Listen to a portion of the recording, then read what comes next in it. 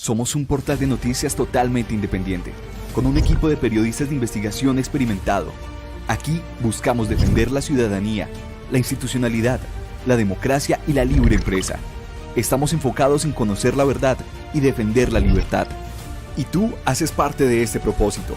En este 2022 hemos llegado a más de 9 millones de lectores con información gratuita, honesta, clara, oportuna y veraz, para formar su propio criterio y construir sociedad. Por eso, queremos que hagas parte de esta causa por la independencia y que con tu apoyo económico nos ayudes a seguir investigando, a trabajar por la ciudadanía, contra la corrupción y la desinformación. Apóyanos en Baki y Bancolombia desde 3,000 pesos. Únete a esta causa por la verdad, por la independencia, por la libertad.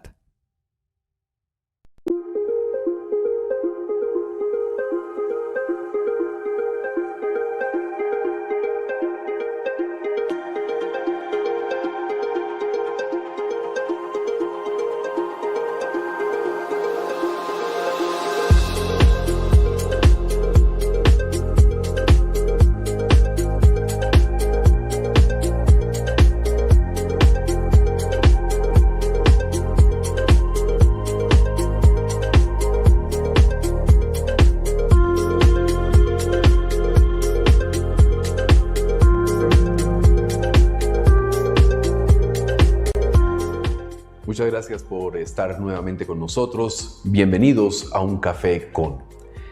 Hay conversaciones en la vida que son agradables, que son emocionantes, sobre todo para los que somos lectores compulsivos. Y hablar de libros y hablar de lo que hay detrás de la escritura de un libro, pues es un tema realmente interesante. Pero del libro que vamos a hablar hoy y del autor con el que vamos a compartir hoy, hay una serie de experiencias, de situaciones que vale la pena detallar en este programa. Le damos la bienvenida a Jorge Alberto Aristizábal, quien es el autor del libro El Visionario, un libro realmente apasionante que los invito a todos a adquirirlo. Jorge Alberto, bienvenido a Un Café con. Hola Jaime, muchísimas gracias por la invitación, un placer estar con ustedes. Muchas gracias. El libro El Visionario describe con detalle la vida de su abuelo, de don Adolfo Aristizábal Llano, un hombre que yo consulté ayer con 2 personas que lo alcanzaron a conocer y lo describieron con 2 palabras: carisma y disciplina. ¿Qué heredó usted de don Adolfo? Por lo menos espero la disciplina, Jaime, y las ganas de salir adelante y ser recursivo y trabajador. ¿Y su familia, cuando se reúne, qué recuerdan de ese patriarca que fue don Adolfo? Bueno, nosotros, gracias a Dios, disfrutamos de su legado en forma constante, no solo el tema de sus cualidades personales en términos de la vocación de servicio al cliente, de la laboriosidad, la disciplina, sino también heredamos en su legado una parte de sus inmuebles. Él construyó el edificio Hotel Columbus y Teatro Colón en Cali en el año 1943, el edificio Hotel Aristi y Teatro Aristi en 1951, el edificio Residencias Aristi en el año 1959, que fue el edificio más alto de Colombia en ese entonces, y unos lotes de terrenos llamados La Morelia, donde él hizo la casa de él y de sus hijos, donde ahí viví yo, por ejemplo. Y en esos lotes de terreno hoy en día tenemos unas sociedades familiares de negocios que administran esos lotes de terreno con constructoras para un barrio residencial que llamamos Reserva de Cristales en la zona oeste de Cali. Y ahí tenemos un centro comercial de conveniencia con un supermercado, un gimnasio, nuestras oficinas. Entonces, y la casa que fue la casa paterna de mi abuelo está en ese barrio. Hoy en día es una fundación de la comunidad jesuita donde se hacen retiros espirituales y educación continuada de la Universidad Javeriana de Cali. Entonces, en cierta forma, estamos disfrutando los espacios que él fundó. Pero más allá de la parte material, que obviamente es importante, hay unos legados de comportamiento, de actitudes, de posiciones frente a la vida. ¿Qué sigue vigente de don Adolfo en usted y en la familia frente a ese tipo de situaciones?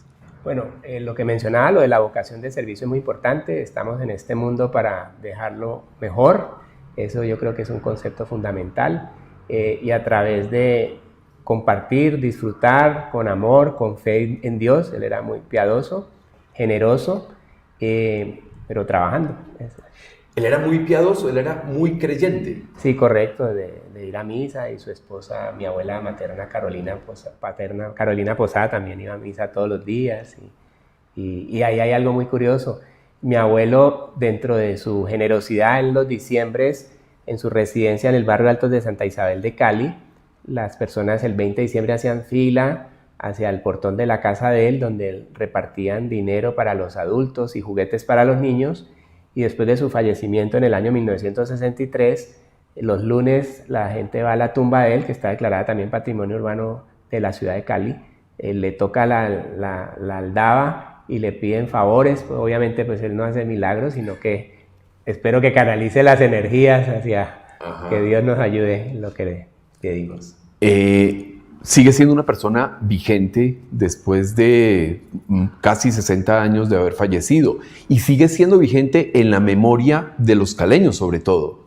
Sí, porque sus inmuebles, los que soñó, construyó, fundó y operó, pues se volvieron todos patrimonios urbanos arquitectónicos de la ciudad, porque pues contrató arquitectos, ingenieros de talento, hizo cosas bonitas, espaciosas, amplias.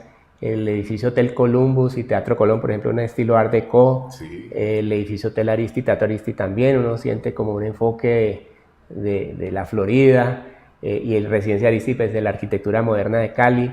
Y entonces, pues los caleños pasamos por el centro de la ciudad y vemos estos inmuebles y llaman la atención. Es que el Hotel Aristi fue durante muchos años un emblema de Cali. O sea, si uno no veía, por lo menos no pasaba por ahí, por el Hotel Aristi, pues no había ido a Cali. Sí, correcto. Y allá pues iban muchas personalidades.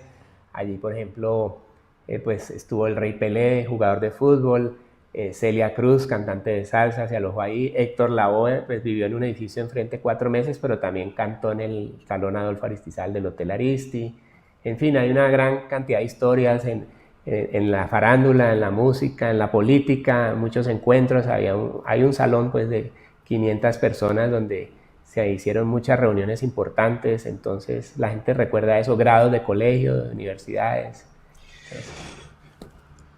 ¿Qué pensaría desde el estudio juicioso que usted hizo, y pues de las anécdotas y de todo el ambiente familiar que ha proyectado el legado de don Adolfo? ¿Qué pensaría él de la situación de hoy en Colombia? Pues yo creo que estaría muy preocupado, porque en el libro hay extractos de entrevistas que concedió al diario El Tiempo, a la revista Semana, una revista del gremio de Fenalco que se llamaba Colombia Mercantil, y él hacía mucho énfasis en no pensar en horas extras, sino trabajar arduamente, no esperar que todo se lo den a uno, sino buscarlo. Y me preocupa ahora que pueda darse un modelo asistencialista donde las personas esperen que todo se los dé el Estado, cuando no debe ser así. El Estado debe crear las condiciones para que las personas vean oportunidades, las puedan tomar y desarrollar sus vidas en la forma que consideran van a ser unas familias felices. Pero yo creo que eso lo tendría muy preocupado. Además, él era un hombre que reconocía, amaba profundamente la libertad. Era un liberal casi libertario, podríamos decirlo, comparándolo con el momento actual. Pues no sabría, pues sé que era liberal, sí, pero curiosamente una de las anécdotas, el presidente Mariano Ospina Pérez del Partido Conservador iba a quedarse a dormir en Cali y dijo que quería, pues para que no hubiera esa animadversión entre partidos, quedarse alojado en la casa de un liberal, y escogió la casa de mi abuelo Adolfo Aristizábal para quedarse allí. Entonces, ¿qué se sabe de esa noche, de ese encuentro de estos dos personajes emblemáticos en la vida nacional? Sí. Importante no sé más allá de lo que le he comentado, porque no me tocó vivir esa época. Bueno. Comencemos por el libro, El Visionario. ¿Cómo surge la idea de hacer esa biografía profunda? Porque no es simplemente la recolección de datos, es ir más allá. El visionario va a la profundidad de lo que era en realidad el ser humano de Adolfo Aristizábal Llano. ¿De dónde surge esa idea? Sí, correcto.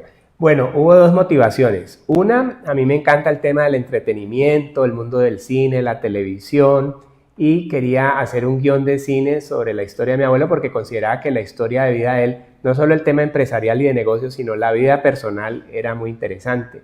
Las razones que tuvo para irse de su pueblo natal, Santo Domingo, Antioquia, a raíz de un incidente con el presidente de la República, en ese entonces el general Rafael Reyes Prieto, en 1905, cuando él tenía 18 años de edad. No vamos a contar la anécdota porque ahí está y hay que leerla. Gracias. Eso sí, se las recomiendo. Es una anécdota sencillamente maravillosa. Jorge cuenta una historia cinematográfica, pero la realidad está en el libro. Y entonces continúe, por favor. Así es. También porque se involucró en el negocio del café, cómo fue a dar vueltas por el país y aterrizó en el Valle del Cauca en 1910 cuando recién fue creado el departamento. Entonces, una historia de vida interesante que en mi opinión puede tener unas condiciones de medio audiovisual también interesantes. Hoy en día que las programadoras, los directores de cine necesitan buenas historias que contar, considero que aquí hay una historia interesante que contar. En esta aridez de historias que estamos viviendo, no solo en Colombia, sino en el mundo, ¿no? Sí, historias interesantes de lucha y de cómo un fracaso se puede convertir en una oportunidad, porque pues él, como todos nosotros los seres humanos, tuvo sus aciertos, sus desaciertos. El libro pues habla de Adolfo Aristizábal Llano, el visionario, pero también dentro de su visión cómo se equivocó en algunas cosas, ¿no? Entonces esa fue una motivación. La segunda motivación, la preocupación que hoy en día en el internet, en las redes sociales, en YouTube, en Facebook, hay algunas historias que no son las reales y quería que mi familia, las presentes y futuras generaciones tuvieran un real acercamiento a los hechos de la vida de él y para las demás partes interesadas. Entonces aquí quedó eso, esas fueron el par de motivaciones. Sobre el tema de la vida personal, el libro me dio la oportunidad pues no he hecho el guión, pero pues una persona que yo quería hacer el guión me dijo, no, eso de hacer un guión no es tan fácil, más vale organice la información y cuando la tenga organizada buscamos un guionista. Después de esa reunión surgió la idea de que un escritor me ayudara a escribir el libro como editor, entonces de ahí salió el libro. Entonces ya está el libro, ya vendrá el siguiente paso de tocar puertas para medios audiovisuales. Pero en ese proceso de escribir el libro hice entrevistas con personas que lo conocieron, con tías, familiares, y de ahí salieron esos datos personales que hasta yo tampoco conocía porque yo nací un 3 de septiembre del año 63 y mi abuelo falleció el 31 de diciembre de 1963 en la ciudad de Panamá. Entonces en realidad pues puede que él me haya conocido a mí como bebé, pero yo no lo conocía a él como adulto. Pero en esas entrevistas aprendí detalles de su vida personal que son interesantes también. ¿Cuánto tiempo desde que usted se levantó una mañana y dijo, esto vale la pena ponerlo en cine? ¿Cuánto tiempo pasó desde el surgimiento de la idea hasta la materialización del libro? Pues los tiempos son relativos. Cuando yo estaba en segundo de primaria en el colegio nos pidieron, haga la historia de un personaje. Y desde ese entonces yo escogí a mi abuelo porque a él lo llamaban el rey del café, aunque hubo un rey del café anterior que se llamó el señor Pinzón de Manizales. Entonces, ahí ya yo creo que me empezó, siendo un niño, la inquietud de ver que esta historia tan interesante.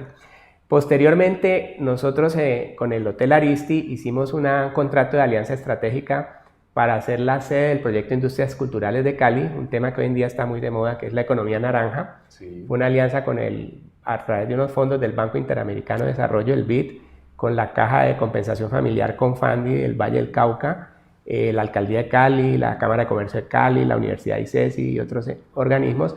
Entonces fuimos la sede del proyecto Industrias Culturales de Cali del 2010 al 2015, donde había oficinas de emprendimientos culturales, artistas, productoras de cine, etc. Entonces, Confandi deseaba hacer un museo de la historia del Hotel Aristi. Entonces me pidieron, Jorge, por favor, primero háganos, por favor, como una historia, un año y un evento, qué estaba ocurriendo. Entonces, una cronología, exacto, una línea de historia.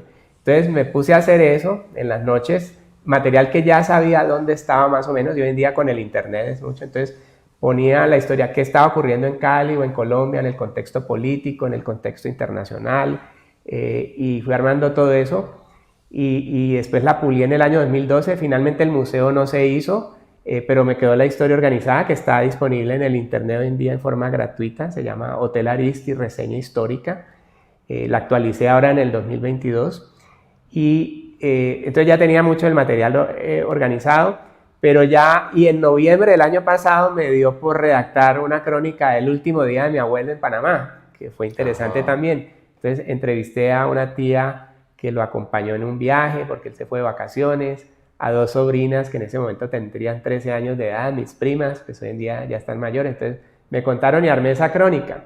Y luego surgió lo del guión y la historia que le comenté y acabé haciendo el libro. Entonces, bajo el punto de vista técnico, pues se podría decir que el libro se desarrolló desde enero 4 de este año, 2022, hasta el 25 de mayo, donde ya tenía el primer borrador. Pero en realidad, la recopilación de la historia se podría decir desde que estaba en segundo primaria, escuchando las historias y recordándolas. Además, porque hay una cosa importante, no es un recaudo de chismes, es un trabajo de investigación que usted hizo en torno a la persona de Adolfo Aristizábal Llano. Correcto.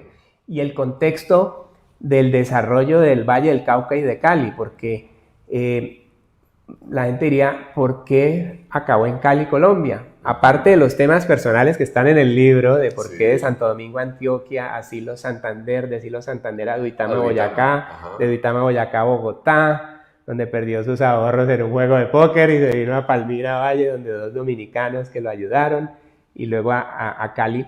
Parece que entender un poquito, primero, pues la historia de Santo Domingo, Antioquia, su importancia estratégica en el comercio, porque era un punto de mercancías desde Puerto Berrío, en el río Magdalena, donde llegaban las mercancías de Europa, todo por el río, luego a lomo de mula, pasaban por Santo Domingo, Antioquia, de ahí su importancia comercial, y luego de Santo Domingo a Medellín y viceversa. Pero en la medida que vino el ferrocarril de Antioquia, después más adelante, pues se fue perdiendo la importancia de ese flujo comercial por Santo Domingo. Pero ya pasando a lo del Valle del Cauca, pues en 1914 se inauguró el Canal de Panamá. En 1915 se inauguró el Ferrocarril del Pacífico desde la ciudad de Cali hasta el puerto de Buenaventura. La carretera al mar sí se demoró desde 1926 a 1946. Años, ¿no? Sí. Entonces, él vio que Cali, dentro de su visión, iba a ser una ciudad muy importante por el flujo comercial, porque ya desde Buenaventura se podía exportar no solo hacia la costa oeste de los Estados Unidos, sino pasando por el Canal de Panamá, pues llegar a Nueva York y a los centros de distribución. Entonces, ese fue uno de los auges del Valle del Cauca, como de los años 20 a los 50 se fundaron grandes empresas multinacionales en el sector industrial de Jumbo, aledaño a la ciudad de Cali, etc. Y Cali entonces tuvo que tener bodegas, centros de acopio, bancos y después hoteles, bares, entretenimiento, y vino una migración, pero todo por el flujo comercial del Ferrocarril del Pacífico. Es algo cotidiano que las historias de los antioqueños siempre son historias de irse, de radicarse en otro sitio, y ese ánimo, ese espíritu colonizador de alguna manera siguió vigente en don Adolfo. ¿En ustedes ese legado de colonización de visionarios sigue vigente? Pues seguimos en el tema de un gran amor por el Valle del Cauca de la ciudad de Cali, digámoslo así, a través de este proyecto urbanístico que hemos ido desarrollando en estos 60 años, sumado pues a este centro comercial que se llama Cristales Plaza, junto a la prolongación de la avenida Circunvalación. Y una de las características que tuvo mi abuelo en términos de lo que mencionábamos anteriormente de su legado, es que él viajaba mucho a Estados Unidos, donde tuvo oficinas en Wall Street, en Chicago, y también en Europa. Entonces él veía estas grandes obras arquitectónicas y él quiso darle a Cali eso que había visto, por eso esos proyectos. Entonces no solo fue expandirse, sino esa zona donde se había enamorado, esa parte de Colombia, ayudarle a Cali la forma que Cali le había ayudado a él. Él tuvo 5 hermanos, 6 hermanos. Tuvo 5 hermanos, o sea, eran 6 hijos. Era una familia pequeña para lo que eran las familias antioqueñas en esa época. Sí, pues probablemente, sí. Yo estuve en Santo Domingo, Antioquia, tuve el placer de ir allá el 22 de enero de este año. Las personas muy queridas. Santo Domingo pues es reconocida por una de las obras de Tomás Carrasquilla, oriendo de allá, que hablaban del el pueblo frío, feo y faldudo, pero no me pareció ni frío ni feo. Sí, faldudo sí, pero me pareció un pueblo lindo y yo pasé delicioso allá haciendo la investigación.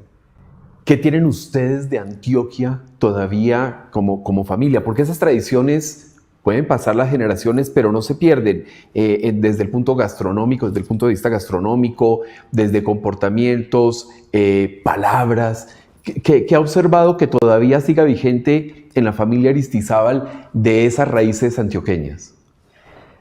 Bueno, hablar de familia, digamos, los herederos de mi abuelo Adolfo, pues ya somos muchos, ¿no? Entonces ya puede haber una quinta generación, donde ahora que mencionabas de la colonización, pues ya más o menos un 30% de la familia vive en el exterior, claro, en Estados Unidos, en Europa, entonces está colonizando de otra forma, digámoslo así.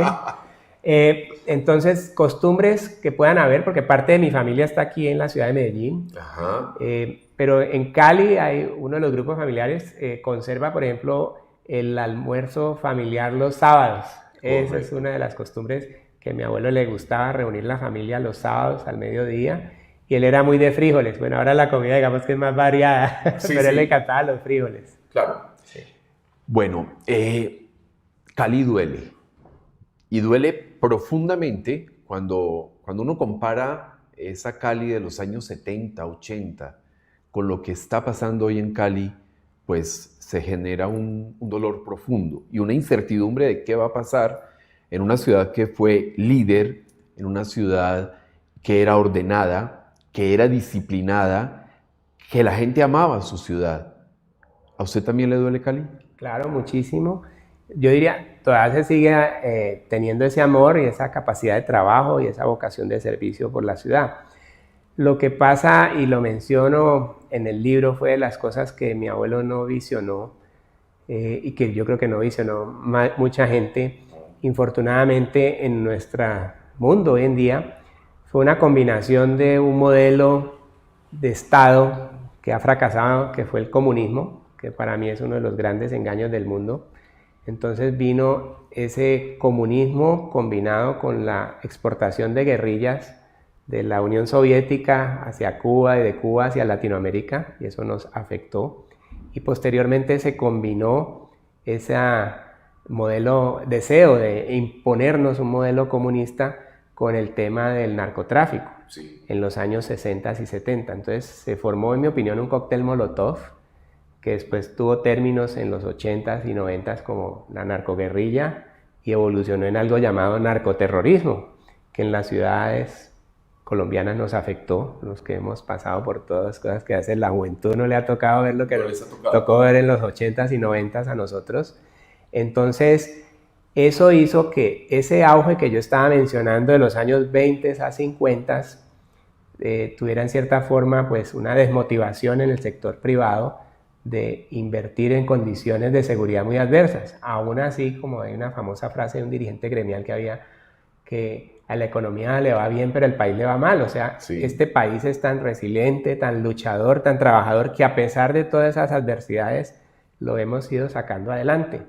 Esperamos que siga siendo así. Entonces, infortunadamente, volviendo al tema de la ciudad de Cali, Cali no ha sido ajena a ese fenómeno que hemos sufrido por tener una importancia geopolítica Colombia como la puerta de entrada a Sudamérica. Es que la posición de Cali es estratégica. Estratégica. Ajá. Es una ciudad privilegiada en su naturaleza, tiene 7 ríos, estamos pues a 2 horas del mar Pacífico, situación que da todas esas ventajas comparativas para exportar e importar, pero también tiene la naturaleza, la cercanía al Chocó, una de las zonas más pluviales del mundo. Entonces, si se habla que uno de los problemas de la humanidad en el siglo XXI va a ser el tema del agua, pues Cali es una ciudad privilegiada, por un lado, en temas de su localización y su fauna, su flora, su tema ambiental. Y por otro tema, bueno, y volviendo al tema ambiental, Cali tiene un clima privilegiado, o sea, uno allá pasa el día y la noche feliz, sin suéter, sin sacos, es es delicioso. Sí. O el sol brillando, una temperatura promedio de 22, 23 grados centígrados, a veces 24, a veces se calienta, pero es una ciudad deliciosa. Los caleños somos muy abiertos, o sea, viene alguien de afuera, hola, ¿usted de dónde viene? ¿Qué quiere hacer? Camine, lo llevo. Somos muy atentos en ese sentido, muy abiertos. Por eso los europeos, los norteamericanos que vinieron en esas épocas por temas de negocios y de comercio se adaptaron muy fácilmente, se enamoraron en el Valle del Cauca y también dejaron sus familias ahí, o sea, hay una migración muy interesante. Pero bajo el punto de vista también de laboriosidad, industrialización, hay una clase empresarial y colaboradores que son de mucho empuje, muy recursivos, pues hemos sobrevivido a todas estas situaciones de violencia y seguridad y hemos salido adelante. Entonces, en mi opinión, tenemos es que informarnos mejor, leer, reflexionar y saber elegir mejor.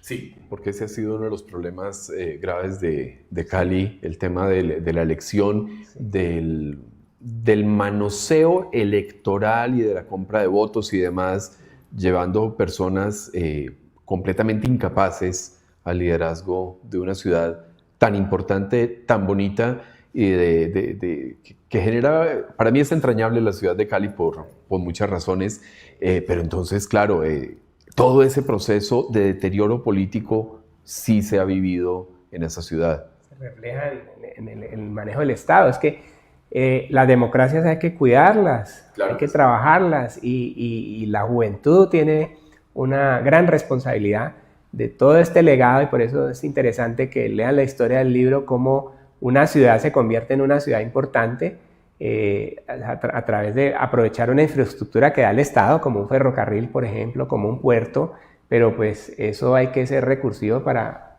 sacarle provecho, por decirlo así, y generar progreso y bienestar para todos y que haya un crecimiento. Sigamos con don Adolfo porque ese es el tema de hoy, ¿no? No nos desviemos tanto. Me llama la atención esa unión que hubo entre don Adolfo y don Pepe Sierra. Una cosa maravillosa porque puede que don Adolfo tuviera hasta quinto de primaria como estudios académicos, pero es que él hizo toda una carrera de formación, de capacitación en negocios, en visión, en adquirir olfato. ¿Y qué le aportó Pepe Sierra a don Adolfo? Perdón, y antes por favor recordemos quién era don Pepe Sierra. Bueno, hasta donde yo sé, don Pepe Sierra llegó a ser el hombre más rico de Colombia en principios del siglo pasado. Tengo entendido, pues él era de Girardot, Antioquia. También era paisa, sí, antioqueño, sí, de pura cepa, sí. Sí, no conozco por qué llegó a Bogotá, por qué llegó a tener tantas propiedades inmobiliarias en la zona de la Sabana. Pero pasando a la historia de mi abuelo y la interconexión, pues mi abuelo cuando se va a sus 18 años de edad en 1905 de Santo Domingo, Antioquia, por este incidente que menciona en el libro con el presidente de la República, Asilo Santander, allá trabaja en un estanco, vende cigarrillos, que ahí empezó pues su tema empresarial probablemente, pero también era recaudador de rentas departamentales de Santander. Y cuando pasa a Duitama, Boyacá, también rentas departamentales, o sea, le tocaba caminar o ir en mula, cobrando impuestos, pues más o menos, rentas departamentales o coordinando eso. Después Pepe Sierra se ha ganado una licitación de 3 departamentos de rentas departamentales, creo que de Boyacá, de Cundinamarca, y no recuerdo el tercer departamento. Entonces, como sabía que este joven Adolfo antioqueño estaba con experiencia en eso, tengo entendido, según me contaron en Santo Domingo, Antioquia, en un documento, lo mandó a llamar y ahí fue la conexión. Y lo contrató en un cargo que era asentista, anotaban los registros de las transacciones, entonces ahí viene el tema numérico, digámoslo así. Entonces yo me imagino que un muchacho a sus 18 o 20 años, viendo este hacendado, viendo los números, viendo las cifras que se movían. Observando lo que estaba pasando. Observando lo que estaba pasando con otro antioqueño en Bogotá, sí, digámoslo así, ver el efecto colonizador y de generar progreso en otra región distinta a su pueblo natal. Entonces aprendió, de pronto fue un ejemplo. Luego vino lo del juego de póker en Bogotá, donde perdió sus ahorros y se fue a Palmira, donde otros dominicanos, donde trabajó en un almacén. Lo atendió un señor Juan de Dios Arias, cuya hija se había casado también con un joven Alejandro Cadavid Espinel, que era de Santo Domingo, Antioquia. Entonces mi abuelo lo dejaron dormir detrás del mostrador del almacén y mi abuelo Adolfo le pidió el favor a Juan de Dios Arias, que era un señor próspero de Palmira, que le permitiera que le rebajara el sueldo con la condición de que le enseñara contabilidad. O sea que vuelve y juega el tema comercial con el tema de los números y de la formación de aprender. Entonces ahí se fortaleció ese tema de los números y aprender de los negocios de gente interesante como Pepe Sierra. El rey del café. Más allá de que hubiese otra persona anteriormente que le habían llamado como el rey del café, pero don Adolfo ha sido reconocido con ese apelativo. Aunque él nunca sembró matas de café, lo cierto es que sí tuvo una influencia decisiva en el negocio cafetero de Colombia. ¿Cómo se mezcló él con el tema del café y hasta dónde lo llevó en los escenarios nacionales e internacionales? Bueno, en la ciudad de Palmira, en diciembre de 1916, fundó su primera sociedad Aristizábal y Piedradita con también un dominicano de nombre Francisco Piedradita Duque, que era hermano menor de un dominicano que se había casado con su hermana mayor, entonces había un parentesco político, y era un almacén, pues no sé si sería cacharrería, pero un poquito de todo, ¿no? Claro. Vender café, vender telas importadas de Inglaterra, de Estados Unidos. Que don Adolfo sabía mucho de telas, ¿verdad? Sí, él me dice una tía que él tocaba las telas y sabía si era fina o no. O sea, en el fondo él era comerciante, no necesariamente cafetero, pero fue reconocido por el mundo del café. ¿Qué ocurrió con él en el mundo cafetero? Resulta que después del final de la Primera Guerra Mundial, que fue más o menos de 1914 a 1918, a partir de 1919, hubo un auge económico porque pues ya después de una guerra la gente regresa a sus hogares, hay cierta paz, empieza a haber consumo y crecimiento de la economía. Sin embargo, en 1922 hubo unas situaciones en la economía mundial, o particularmente en Estados Unidos, hubo un conflicto laboral en el sistema ferroviario, entonces no había cómo llevar las mercancías a las ciudades para que la gente consumiera y los inventarios subieron y los precios de los productos se desplomaron. Por ejemplo, el café bajó el precio como en un 90%, las telas. Y entonces, ¿qué pasó en Palmira, Valle del Cauca con mi abuelo, que ya había hecho su primer viaje a Nueva York en 1919, sus primeros contactos en el exterior? Resulta que, como comerciante, él tenía pues clientes en Colombia y en el Valle del Cauca donde les había vendido mercancías, telas, cuyo valor internacional ya había bajado el 90%, y por el otro lado también había importado productos, entonces le debía dinero a sus proveedores en el exterior. Claro, es una cadena. Una cadena. Entonces hubo una crisis en Colombia, según él lo relata en 2 entrevistas en la revista Semana y en la revista Colombia Mercantil, había un pánico y él se serenó, él dijo, no, esto hay que manejarlo con frialdad, serenidad, y se le ocurrió una fórmula magistral para solventar esa crisis que está narrada en el libro, cómo logró dialogar con sus clientes en Colombia para que no le devolvieran las mercancías y continuara el flujo de crédito, porque aquí lo importante es mantener el flujo de crédito para que el comercio no se paralice.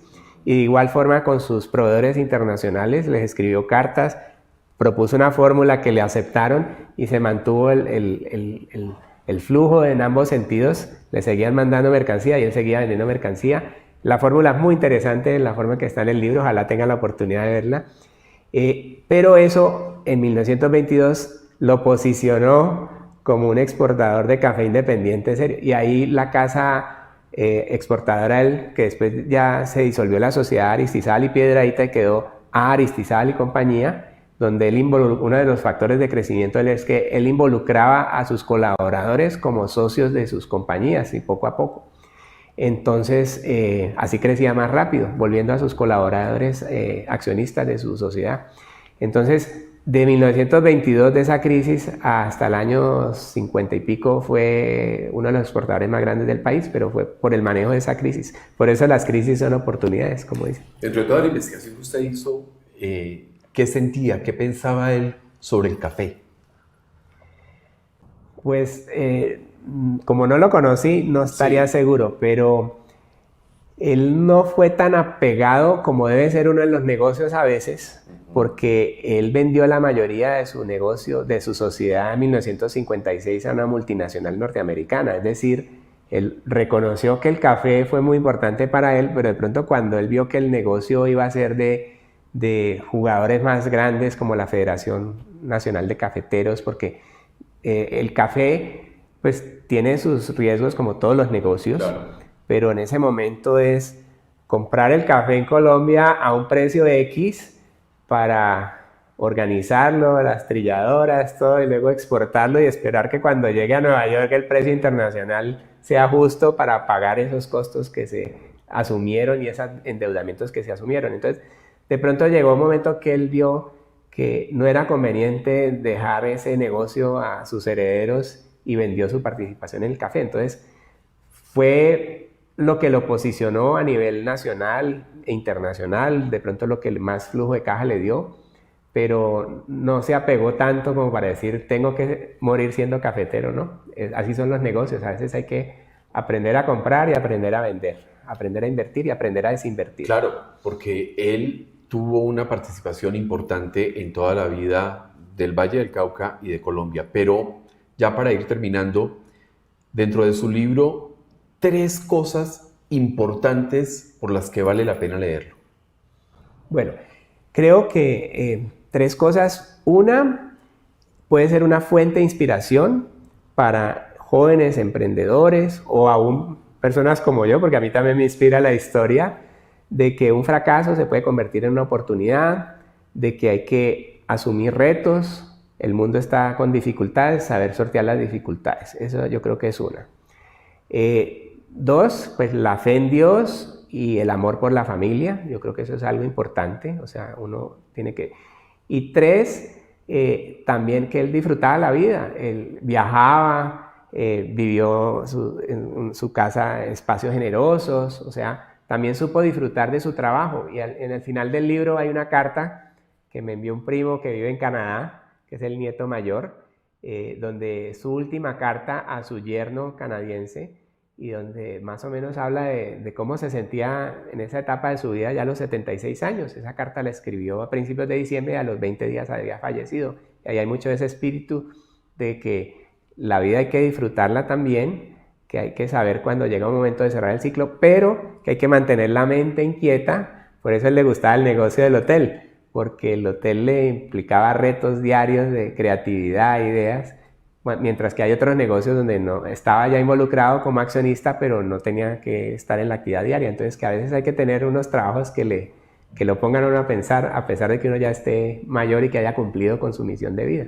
Jorge, ¿usted encontró algún Marconi, como los llamaban en esa época, telegrama, de su abuelo en alguno de esos recorridos de investigación? Sí, hay cartas de él. Marconi no encontró. No, pero cartas sí. Pero tienen que existir de repente. Claro, pero eso es de las cosas, Jaime, que me llamó la atención. Perdón, porque es que el Marconi o el telegrama era el WhatsApp de esa época.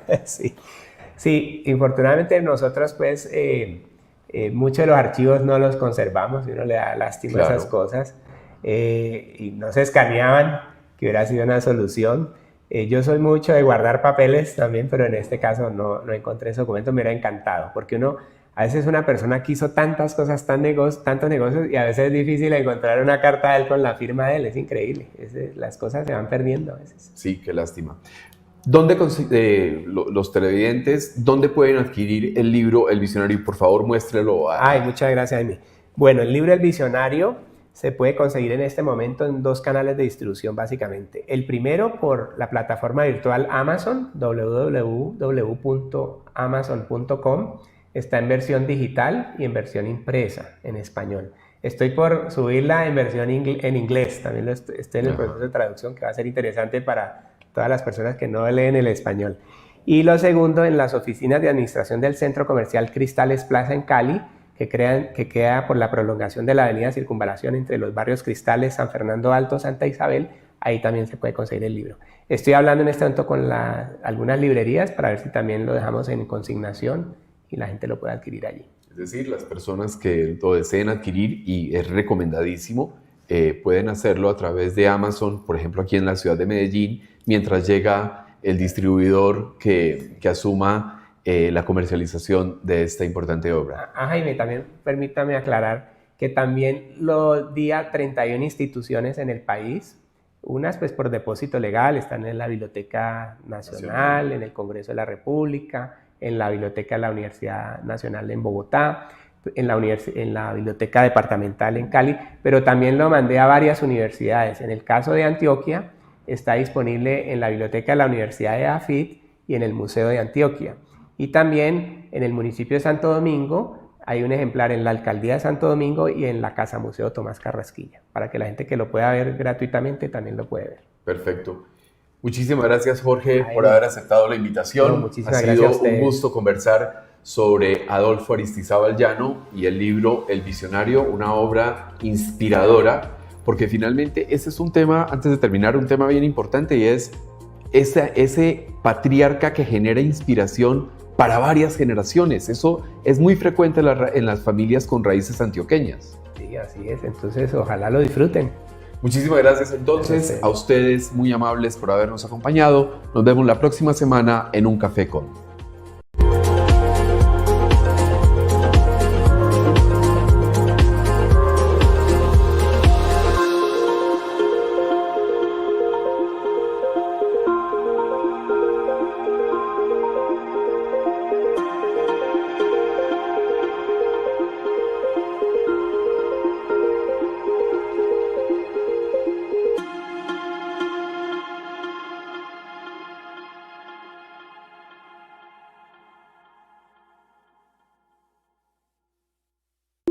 Somos un portal de noticias totalmente independiente, con un equipo de periodistas de investigación experimentado.